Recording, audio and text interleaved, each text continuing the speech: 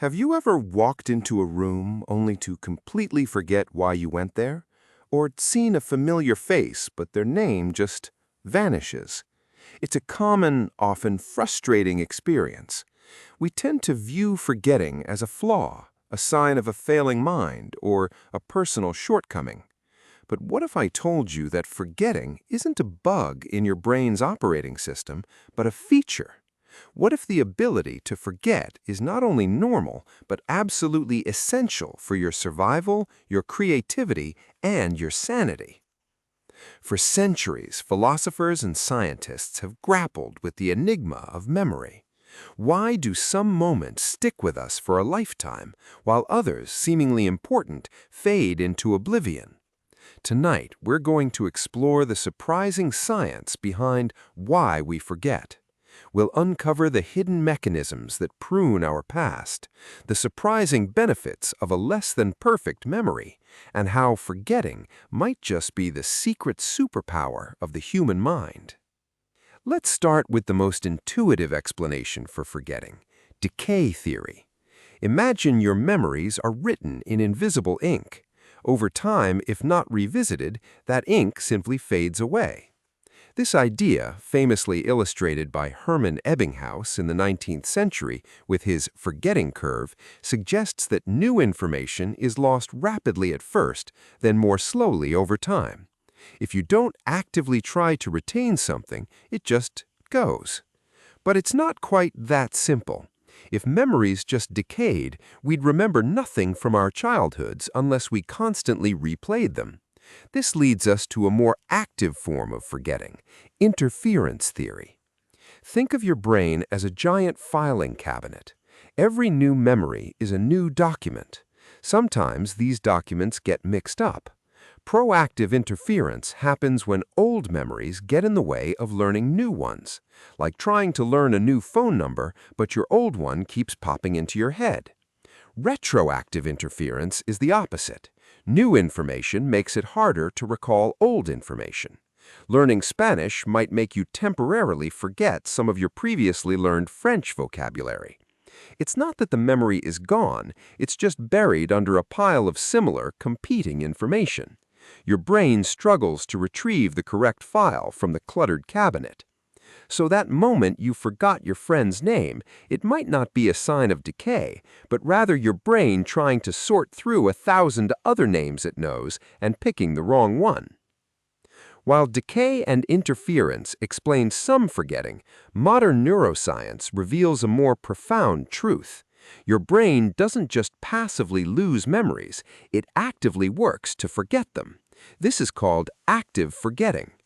Imagine your brain as a meticulously maintained garden. Throughout the day, new connections, synapses, sprout like weeds, constantly forming as you learn and experience new things. If left unchecked, this garden would become an overgrown, unusable mess. So your brain has a team of tiny, diligent gardeners whose job it is to prune. This neural pruning is a crucial process, especially during sleep.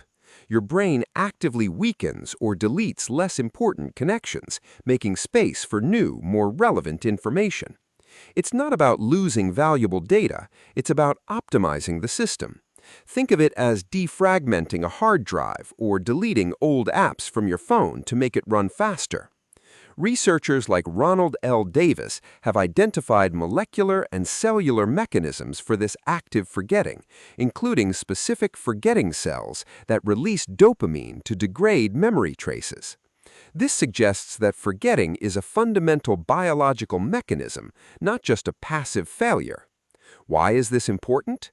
Because a brain that remembers everything would be inefficient, overwhelmed by irrelevant details. Imagine trying to navigate a familiar room if you remembered every single dust particle, every tiny scratch on the floor. You'd be paralyzed. Active forgetting allows us to prioritize, to focus on the big picture, and to adapt to new information without being bogged down by the past. From an evolutionary standpoint, forgetting is not only beneficial, it's a matter of survival. Our hunter-gatherer ancestors needed to remember where the safe waterhole was, but if that waterhole suddenly became dangerous, say a rival tribe moved in or a bear with cubs, they needed to actively forget its safety status and update their memory. An inability to update or forget old, potentially dangerous information would have been fatal. Consider PTSD. It's a tragic example of when the brain fails to forget. Traumatic memories become rigid, constantly triggered, preventing individuals from adapting. Normal forgetting, in this context, is a healing mechanism, allowing us to move past painful experiences and focus on the future. Beyond survival, forgetting also fuels creativity. If your brain is constantly cluttered with old information, it's harder to make new connections, to see novel solutions, or to think outside the box. By clearing out the neural underbrush, forgetting creates mental space for innovation and new ideas. It allows for mental flexibility, enabling us to learn from mistakes without being defined by them. So the next time you can't remember where you put your keys, don't despair. Your brain might just be busy deleting the memory of that slightly too long meeting from last Tuesday to make room for a brilliant new idea, or perhaps to help you cope with a recent stressor. So why do we forget? It's not a sign of weakness, but a testament to the incredible efficiency and adaptability of the human brain. We forget because memories decay if not reinforced, like fading ink. Other memories interfere, making retrieval difficult, like a cluttered filing cabinet. Our brain actively prunes irrelevant information to optimize its performance, like a diligent gardener. Forgetting offers evolutionary advantages, allowing us to adapt, survive, and be creative. So the act of forgetting is a dynamic, purposeful process that shapes who we are. It allows us to update our understanding of the world, to heal from trauma, and to constantly make space for new learning and growth. Without it, our minds would be overwhelmed, rigid, and ultimately less human. So tonight, as you reflect on your day, don't lament the things you've forgotten. Instead, appreciate the silent, tireless work your brain is doing to keep you sharp, resilient, and ready for whatever tomorrow brings. Embrace the beautiful imperfection of your memory, for in its ability to let go lies its greatest